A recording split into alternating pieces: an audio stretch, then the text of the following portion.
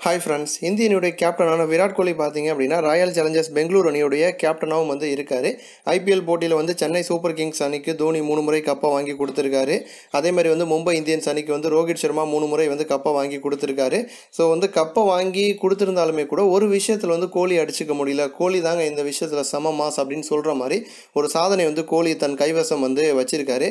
இப்போ வந்து சிஎஸ்கேல வந்து தோனி வந்து ஆரம்ப காலத்திலேருந்து 2008 விளையாண்டுக்கிட்டு வந்தாலுமே கூட ஒரு 2 முறை வந்து பார்த்தீங்க அப்படின்னா ரைசிங் புனே சூப்பர் ஜெயின்ஸ் அணிக்காக வந்து விளையாண்டுருக்காரு. அந்த அணியோட கேப்டனாக இருந்திருக்காரு. அப்போ வந்து ஒரே அணியில் இல்லை.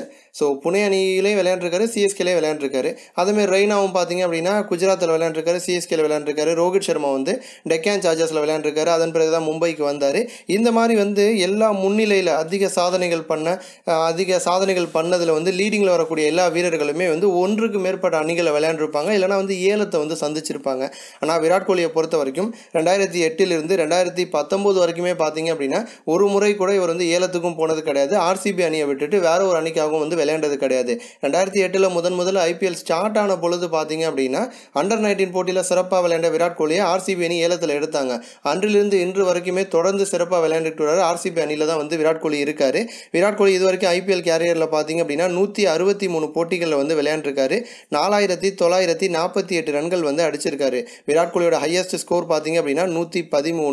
இது வரைக்கும் வந்து இவர் வந்து ஐபிஎல் வந்து 4 முறை வந்து சதம் அடிச்சிருக்காரு. 34 முறை பார்த்தீங்க அப்படின்னா 50 அடிச்சிருக்காரு.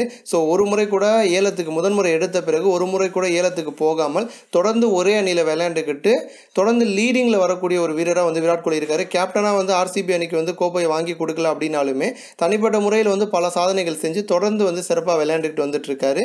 இது போன்ற இன்னும் பல ஸ்போர்ட்ஸ் செய்திகளை தெரிஞ்சுக்க ரெட் கலர் பாக்ஸை கிளிக் பண்ணி நம்ம சேனலை வந்து சப்ஸ்கிரைப் பண்ணுங்கள். இந்த வீடியோ உங்களுக்கு பிடிச்சிருந்துச்சு அப்படின்னா லைக் பண்ணுங்கள், ஷேர் பண்ணுங்கள். நன்றி.